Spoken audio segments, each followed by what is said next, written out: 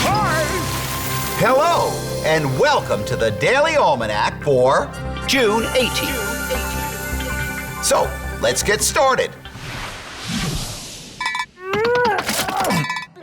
First day in history! On this day in history, June 18th, 1812, President James Madison signed a declaration of war against Great Britain, marking the beginning of the War of 1812. In August 1814, British troops entered Washington, D.C. and burned the Capitol and the White House. The Treaty of Ghent, signed on December 14, 1814, ended the war, but word of the peace treaty did not reach the American and British armies until much later. So American forces led by Andrew Jackson fought and won the Battle of New Orleans against the British on January 8, 1815. This finally ended the war. And on this day in 1979, President Jimmy Carter and Soviet President Leonid Brezhnev signed the SALT II Treaty. SALT means Strategic Arms Limitation Treaty. SALT I and SALT II were efforts between the United States and the Soviet Union to limit the development of nuclear weapons.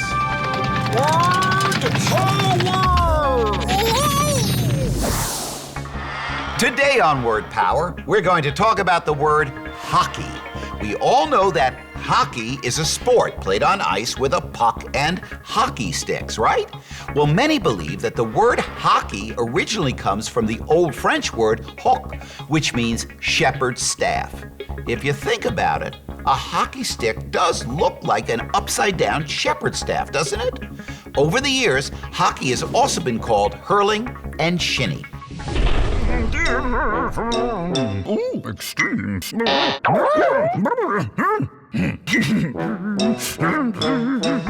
Today on Extremes, we ask, what is the smallest bird of prey on the earth? The answer is a tie between the black-legged falconet and the white-fronted falconet. These birds usually grow to be between 5.5 and 6 inches, or 14 to 16 centimeters long. They usually weigh about 1.25 ounces, or 35 grams. That means that if you held one of these tiny birds in your hand, it would feel about as heavy as 6 quarters. The black-legged falconet lives in Southeast Asia, and the white-fronted falconet lives in Borneo. Health tips. If you're in the ocean and a wave knocks you down or pushes you to the ocean floor, don't panic. Protect your head with your arms and wait for the wave to pass. Then swim back to the surface. Stay close to an adult or get out of the water if the waves are rough.